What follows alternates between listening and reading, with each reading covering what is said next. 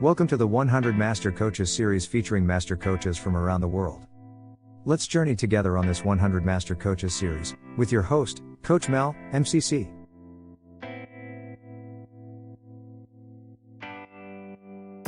Maggie João has had a career of over 20 years, the first 10 years working in prestigious multinational companies, namely Volvo Cars, Nestlé, and Price Waterhouse Coopers.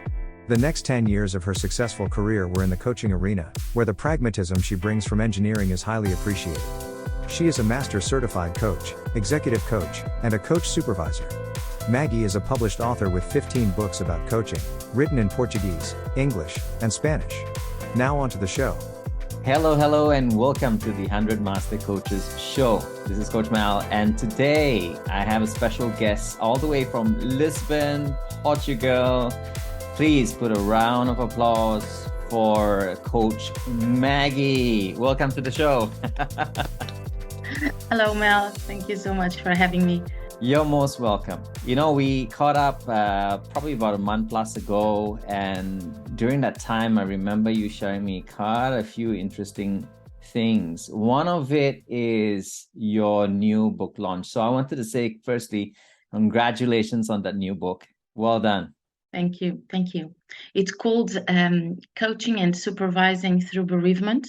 It's a practical guide to navigate through loss and grief. And has a lot of tips and ideas and so on for coaches and supervisors. And by the way, for those who are watching, this is Maggie's 15th book, if I'm not mistaken. She's got ebooks collection, and of course, this is number 15. So to me, this is marvelous. I do love to write, and I love coaching. So it's a good combination between these two worlds. Before we jump into this conversation, I would like to know a little bit more about you, Maggie. Would you like to share? Yeah. Born in South Africa, bred in Portugal, studied in Portugal in engineering and also in Sweden. So I think the engineering schools develop you or put you in a very pragmatic way. So I'm a pragmatic person, and that I bring also to coaching. I've worked in the industry, in the engineering world. Let's put it this way: very much focused on process improvement for pretty much 12 years before I joined the coaching world, which was 13 years ago. So all in all, international career of 25 years, and so I traveled the world. I lived in 12 countries, got a vast, let's say, cultural understanding. And then 10 years ago, pretty much 10 years ago, it's coming up in January. I had my baby. It's going to be always my baby, Laura. She's turning 10 in January. That's wonderful. And that's it. Yeah. Very happy for that. Fantastic. 25 years. Wow. Engineer come coach. Interesting. I mean, we've got many guests, obviously, from the shows of the past, and we've seen and heard many stories of their past.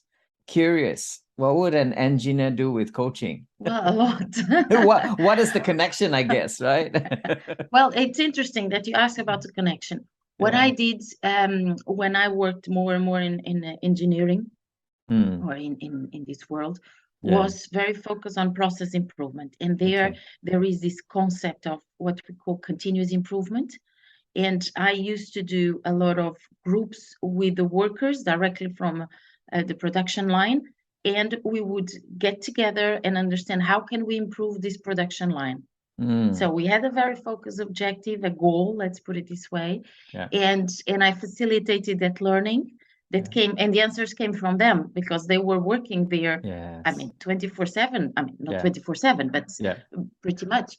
And they had the answers. So there is a link over there. And I do a lot of university lecturing, also for engineers. And it's interesting. I mean, there is the tendency to focus very much on the logical things, on the rational But more and more companies are wanting the whole package, so the emotional as well. And a lot of the leadership courses I provide is a mixture. So it's quite interesting. Absolutely. I said that just now as a tongue-in-cheek because I know obviously there are the connections in everything, right? Hotel industry, oil and gas, whatever it is, because I think the connecting piece is the human being piece. Where there is conversations, there's all kinds of potential conflicts that may happen as well. And obviously an understanding of person's values and beliefs and all of that is so important. Maggie, tell us about that move, right? After that 12 years in engineering, what made you just, come into this wonderful world of coaching? So it's a funny story. I was selected to be part of a training in the company I worked for. The training was called Inspirational Leadership. Okay. I was very new in that part of the company, and I was also very young, with all the innocence of the young people. So the program was like the first module was 4 days. We were a bunch of international people just in the same room talking about leadership and so on and so on. And then after the second day, there was this moment that everyone was just saying bad stuff about the company that was employing us. And then, I just raised my hand and I said, listen, if what you're saying is true, then I made a mistake. Wow. Because everyone told me that this part of the company was like the very innovative, very focused in the future, leadership style, and so on. And I decided to move my career towards here. I was very comfortable where I was. There was very much exposure to the CEO and so on and so on. And I moved here with this expectation. And I don't have anything that tells me that you guys are not telling me the truth. So I made a mistake. And what happened was that changed the whole conversation tone. And then at the end, the tutor, the trainer, the facilitator asked me to become also a tutor, a trainer. So at the time, I was responsible for the industrial performance of 21 factories within Europe. It looks like a lifetime ago, you see. And on top of those responsibilities, I had the trainer's role for this inspirational leadership. Obviously, I got to train the trainer. I got a mini coaching certificate and so on and so on. But then I felt like when I was doing those trainings, I felt, wow, I don't feel I'm working, you see? It's a totally different game. And then I felt like, you know what? I'm going to work on a plan B. And one day that plan B became plan A. And here I am 13 years afterwards and very happy. Very happy. That's a beautiful story to begin with. Every one of us came through some sort of door influence, whatever you call it. I would like to ask at this point, what was that couple of things that kind of drew you first into this world? I think was giving voice to people. Also helping them see that they have the answers. I think that was also it. Some people maybe don't have self-confidence or even self-esteem to understand that their voice is important. And once they understand and once they see the results of that, it's a wow effect. And I think I got hooked up with it. And what was that voice telling you about you? Well, about me, it was very much on there is more to the world than this. And this was obviously 7 to 7, working a lot, not having a lot of time with my friends. I remember at the time I was working in London, and I lived in London for 6 years. And to be honest, and you're going to laugh about this, but I would meet more often the British Airways crew than my own friends. So I was always on a flight. There was 21 factories around Europe. Yeah. So, I mean, always on a flight. And I felt, listen, there is much more here. I also start noticing that I was going to work always dressed in black. I mean, I do have a long collection of black dresses. And I felt like, wow, this doesn't sound good. There is something else here. So I start really talking to myself and understanding. And I'm also very determined person. So I start really maturing here the idea of I need to make a move. At that time, I was already working on Plan B, so I was taking this coaching practitioner certificate diploma at the time, and there was a lot of, you do the exercise, you start reflecting upon your things and so on, and it made sense for me to do that move. It still does. So definitely, right. What you're saying just now is whatever you and I have been going through, or we've gone through and experienced, it comes from that first-hand experience, the first-hand reflection, the first-hand of asking those tough questions to ourselves first. I mean, how powerful is that, isn't it? When we are able to ask that of ourselves first before anyone else. And to be honest, I think we coaches need to go back to that first asking ourselves once again and again and again throughout our coaching career as well, just to adjust and to cross-check. Am I still in the path that I envisioned? I hear that you're driven, as you said, very driven person. I think some of the people watching the show will probably want to also know, how does a coach like you come from that background and then now becoming an entrepreneur? Obviously, different skill sets is required. Yes, the resilience and being driven will be helpful. But what were your first couple of years like, right? Being an entrepreneur, being a boss yourself? I am very disciplined. So I am that person it's to start at 8, I start at 8. Even if I'm with my pajamas, my cup of coffee, actually tea, because I don't drink coffee. That's nice. But I check my emails and so on and so on. So discipline is also important in making this move, and I have it.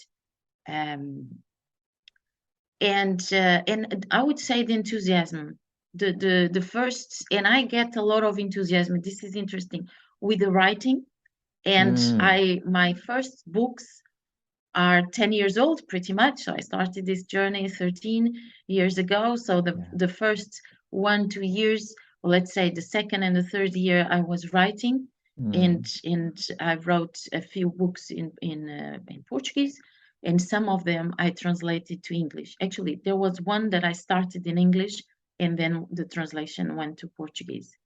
So and I was excited to be doing that. So that also kept me going.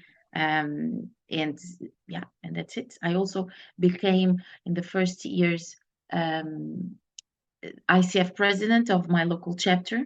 And also it's sort of a mission now that you feel like you are giving back, and you helping that community to come together and so on.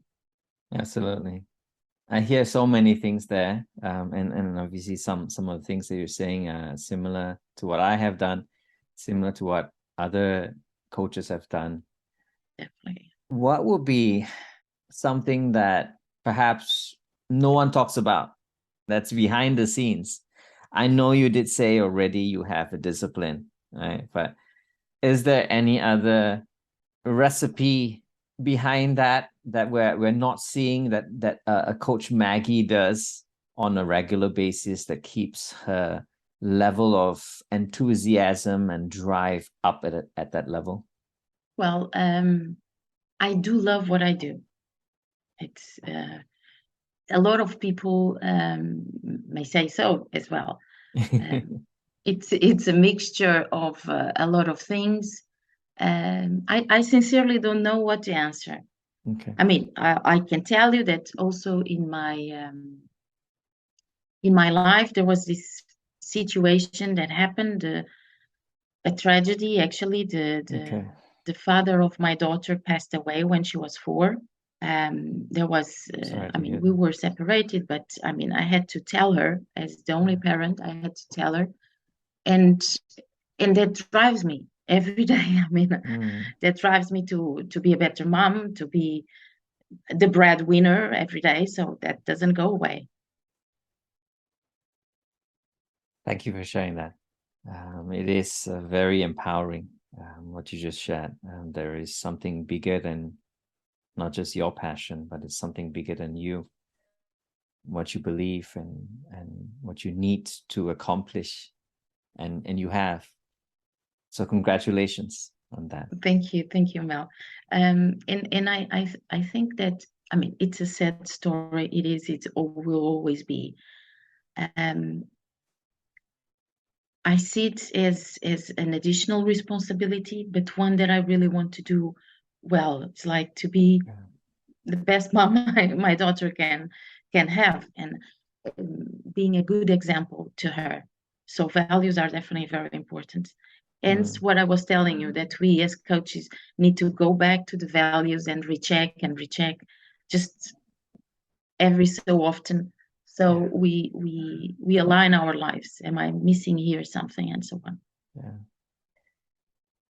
What will be something that your daughter, who is turning 10, I have 3 of my own, so I know that sometimes I want to put on the coaching, hat or whatever, but of course I need to seek permission, right? Because if I just put it on with on stealth mode, sometimes they pick it up because they're sharp enough, but I'm going to turn it around. What has your daughter taught you? Because I'm sure she's a wonderful coach herself. Yeah, excellent question. I would say to have fun. And let me tell you a story here that happened to us. I actually tell this story when I'm delivering the leadership training. It's like, so one day she was 5 or 6. I was driving and I was full of myself, and I felt, oh, I'm such a great mom, and so on. So I was driving. She was in the back seat, and I asked her, so mom, so Laura, what do you think? How is mom doing as a mother? And do you think I am a good mother? Closed question. You see, I was really fishing for compliments here. And the answer came straight. And she said, no, I don't think you are a good mom. Oh, wow. And I'm like, what? What are you telling me? So I took a deep breath, was driving, so bad place to ask for feedback. Yeah. And then I took a deep breath, and then I asked, so what's going on? What do you think I could improve? Yeah. And she very simply, she said, I think you could play with me on the floor much more often. Wow. And it's so simple, so simple. And we do have a lot of fun together. We love traveling. So this is one thing that I'm passing on to her. We're going to Paris now at the end of the year. And for the work, for the traveling to be enjoyable for both, we do one thing for her, one thing for me. So for instance, I want the concert, the classical music concert. She wants to eat in the McDonald's or whatever. She wants the kids museum. I want, I don't know, Louvre. So you see, it's one thing for her, one thing for me, and we managed this way. So being fun, seeing lighter sometimes, you see. So I think that's definitely a good place and a good learning that I'm getting from her. 100%. I totally agree. That's what kids or children teach us, right? Being able to get in touch with the child within us that wants to come out, but because of who we are and what we represent, and especially the leaders that you and I work with, right, in the big Definitely, organizations, they are like, they're supposed to be strong, and and, you know, not let down their guard, because that will be not a good leader. And I understand why you share this with, you know, the leadership programs, because it's so essential. Just being able to play, in that sense, to have fun, to be able to get in touch with that creative side of us, that lighter side of us, that innovative side of us. It's so critical. Thanks for sharing. Thank you. So you moved on, you went into the coaching, you started writing very early, and then you were president, of course, of your local chapter. You were involved with ICF. You're very passionate about people, right? All of these wonderful things that you were doing. Did you ever hit any downtime where you're like, oh, why did I come in here? Or I don't know, some sort of a plateau at all at that journey? No, I've been very fortunate. When I feel like I have a good a handful of clients and so on and so on. When this happened in the past, I got a different type of client. So I do a lot of coaching with United Nations, and that I truly love that work. I mean, it's twofold. Is coaching, is giving back, is really understanding they are making a difference in a lot with the Secretariat for Refugees. This agency, the World Health Organization as well. So some of this is, I mean, it's everywhere where there is a delegation. But I also do a lot with the countries speak Portuguese in Africa. So Mozambique, Angola, and so on. So that is more, let's say, in terms of training, either coaching training or leadership and so on and so on. Coaching, individual coaching, group coaching, that's all over. So I might have a representative from Afghanistan or Yemen or Colombia or US.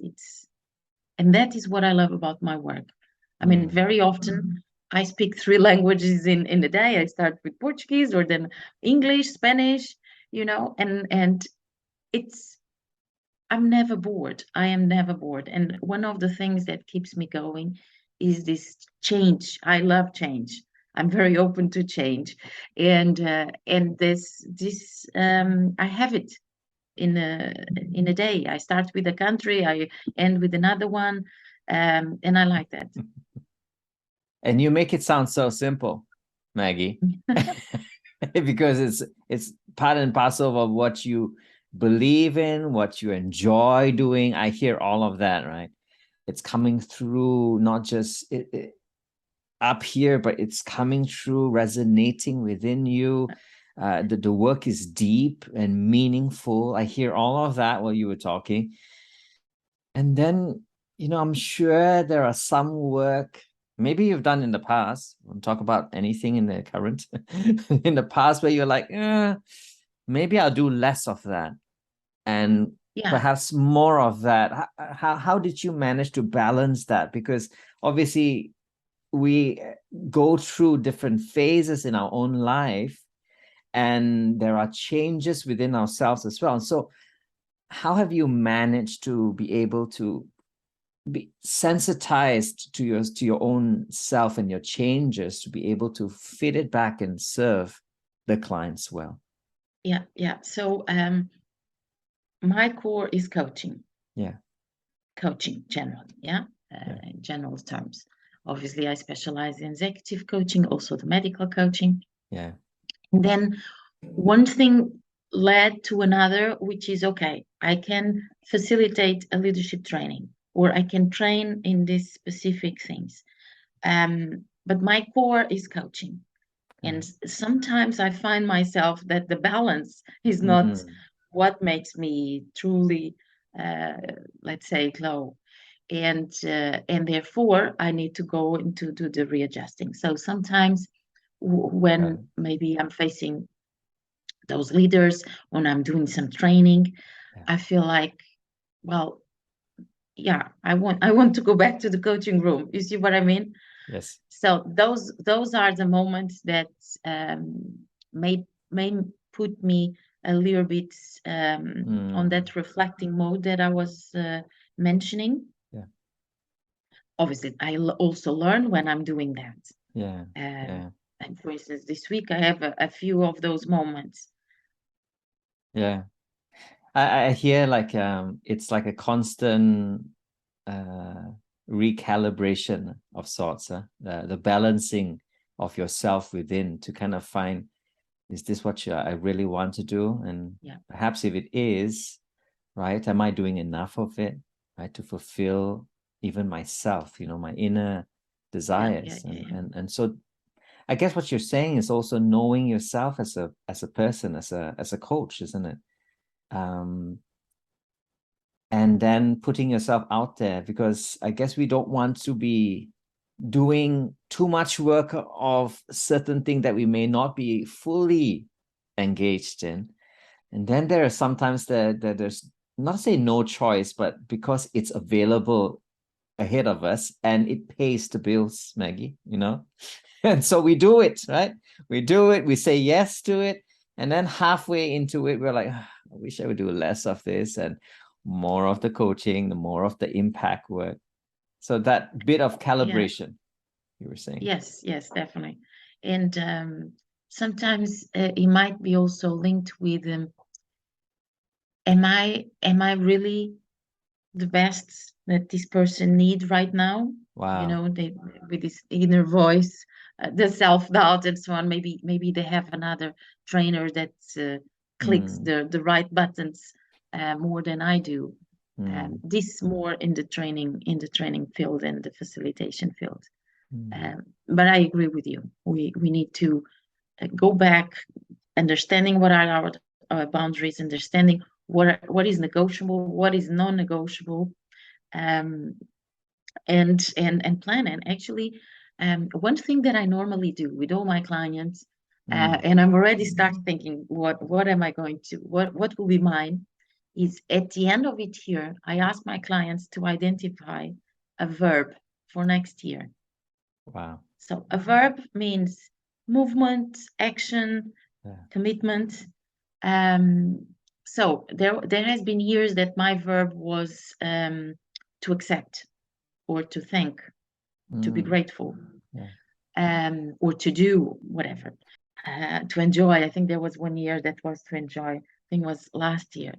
And I'm now, I mean, we are in October, November, right? So it's starting to identify what is going to be my verb for next year. And this helps once we feel like in a crossroads.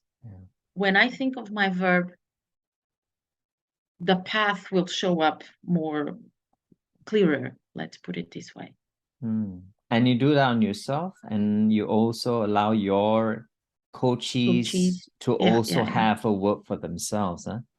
Yeah. Nice. Well, I look forward to getting to know your new verb for the new year. I'll tell you. Thank you. 13 years, Maggie. So are there any gems that you want to kind of crystallize and share with us? These are the few over the last 13 years of this wonderful journey of coaching. I mean, one thing that it's very much talked right now, but it's really important, is the self-care. Is really self-care. It's understanding, and my self-care is different than yours and different than from someone else's. But really understand what is the self-care. Sometimes people have the idea of, I'll self-care when I retire, and I don't think that works. We also need to be a living example to our coaches, our clients, whatever they are, coaches, supervisees, participants in a leadership program, being an example, being that, not that we need to be forced to be an inspiration. I'm not saying that, but in a way to use ourselves also as an instrument to others. There is lots of storytelling that we can use, but also just by being humble as well. I think that's also touches other lives. So beautiful. Being humble, being a role model unto ourselves and to others. Sometimes the simplest things are the most powerful things, isn't it? Yeah. They are like what you said, the lesson that you learned from your daughter. And I've learned many lessons along the way from my 4 coaches, including my wife. My wife's my coach as well. And my 3 children, our 3 children. Then there's the clients that we coach, but then there are also lessons that we're taking from each of them. And I agree with you, Maggie. It's just a joy, isn't it? Our role is amazingly fulfilling, I must say. We get to meet some of the best people and learn even from some of the best people. As they grow, we grow ourselves. Definitely, yeah. And I would say that we learn in all moments. I mean, when the coaching relationship is aligned and everything is working well for both sides, but also when we feel like I need to work on this. There is something here asking me to understand a little bit more. So moving from, and it might be that the cue is judgment, but very often, when we start to being judgmental, it's something is going on here. So being curious about that and being very open. What am I learning here? What is the learning? I mean, there is this line of thought that says nothing happens by chance. It's here to teach us something. So if we have that openness, let's say, to what is this here? This is here for something. What am I supposed to learn, or what I want to learn from this? And I'm now curious to ask, in your journey to mastery as an MCC now, what has been that lesson that you needed to learn? My lesson was I was going to it's okay. It was to be more me in the session. So not to be afraid to challenge. I challenged a lot of the thinking and so on. And sometimes I felt like, oh, they might take it wrong or something like that. So I was not going the extra mile in depth. And once I gave permission to do that, it just, wow, it's a lot of things opened up and a lot of things became possible. And I think then I partner much strongly, let's put it this way, with my clients. Or allowing more of yourself to come into being. And with that, you partnered even stronger with your clients. Very nice. Thank you. What have been your bravest moment, if there is? I mean, you've done many wonderful things, traveled the world, worked with some of the great organizations of the world. Is there any one that tops the list on that brave moment? I mean, there was this one that I told you that changed my life from the engineering to the coaching. Maybe even the one, I mean, this was the beginning that I started working the plan B. And then the one that I said, I'm going to embrace this. There was another one. That's when I decided to move. So I was living abroad or outside Portugal for 12 years. And then there was a moment that I made the decision to go back to Portugal, to come back. I'm in Portugal. So at the time I was already working on plan B, and this friend of mine asked me to be an assistant on an open coaching day. Let's put it this way. It was a coaching moment in a hotel in the north of London. I mean, you know London. You have the Hyde Park, and then we were meeting in a hotel in the north of London, and then I lived. My flat was in the south, so and I mean, the whole day was about values, goals, what you want from life, etc., etc. And there I was coming back. My memory is very vivid on this.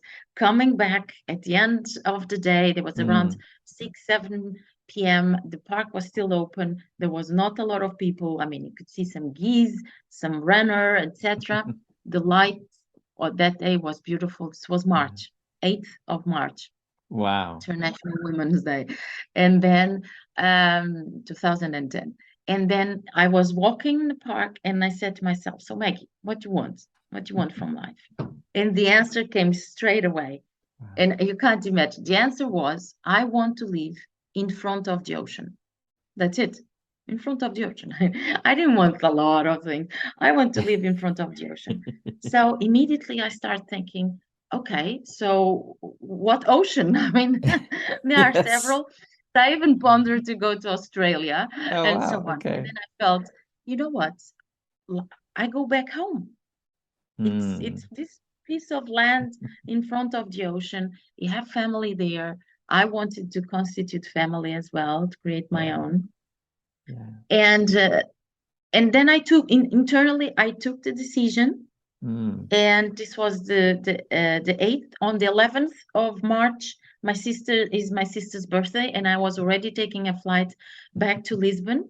And then I mentioned this to the rest of the family. Yeah. And on the 12th, I rented a flat in Cascais, which is a fisherman village, like 30 kilometers from Lisbon, overlooking the ocean. There you go. So it was a brave move. And then I said, okay, life is here, and the universe, God is going to help me. So I, at the time, I owned a flat in London. So I managed to rent it out. I was renting as well in Portugal. I obviously had to use a little bit of my savings. Because I didn't want that flat to go, so I had to secure it, and I only came back with my car, with everything, in June that year. But everything worked out very well, and that's it. There was a brave move. It was not with a client, it was with my own client myself. Yeah. Ooh, I like that. Thank you so much. A beautiful, brave story, and one that you manifested into being. Right? It came from within you. There was this desire, and then you put that into action, like how you normally do things. You know what? I gave voice to my inner voice. Yeah. Yeah. So it was good. There. It was not just as loud as I didn't give it a chance to speak before. And in that moment, crossing Hyde Park, I gave. Many exciting things happen in Hyde Park, I'm sure. Like beautiful concerts as well, you know. Thank you so much for sharing that. If there's something that you would like to say to your future self, just in line with what you've been saying to yourself in the past, what would that be? That's a nice question. I mean, I think before what I would say, which I did several times, is you can make it. Yeah. And I feel I can make it. That's no doubt. I would say enjoy, which goes back to the teaching from my daughter that we mentioned. Yeah, that's right. Is enjoy the ride. It's not about the destination. It's about the journey. Enjoy. Thank you. It's been a beautiful ride thus far. What would you like to share to some young budding coaches coming into this wonderful industry called coaching right now? So I would say, be yourselves. Understand what make you happy, what doesn't. Be curious. Sometimes when we are very young, we very quickly get into judgment. Is like this or is like that, and there are many nuances of colors in between. So being curious instead of judgmental will take you further. And again as well, enjoy the ride. Beautiful message that works for you, and it works for every one of us as well. Enjoy the ride. Don't forget that. It's like I love rides. When you talk about rides, it just reminds me about how I miss being on the roller coaster. And I guess when I think about it now, I'll be often wanting to go with my loved ones, but my wife just does not enjoy roller coaster. Okay, so I often will be like, come on, let's just go for one. You know, it's okay. This one's a mild one. I think one of the things I always encourage her is, don't just do it for me, but enjoy the ride as well. Yeah, I think, you know, when we can have our eyes wide open, you know, experiencing life as it is, connecting with ourselves, and as you say, being curious about what we are learning along the journey, life will be a lot more enjoyable, more fun. Definitely.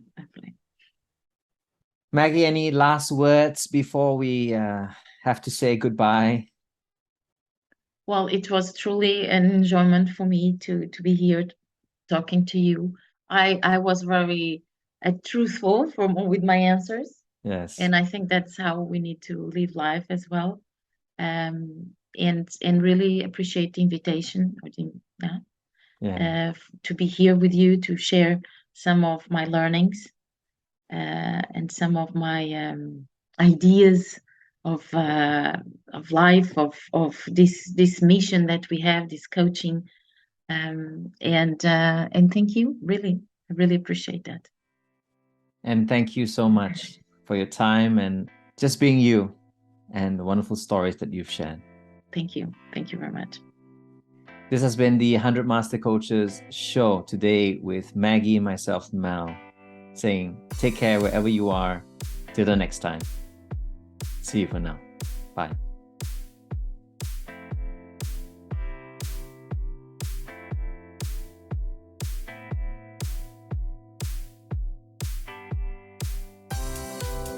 You have been watching the 100 Master Coaches series with your host, Coach Mel, MCC. Brought to you by Catalyst Coach. www.catalystcoach.live. We will be right back with our next Master Coach on the 100 Master Coaches series.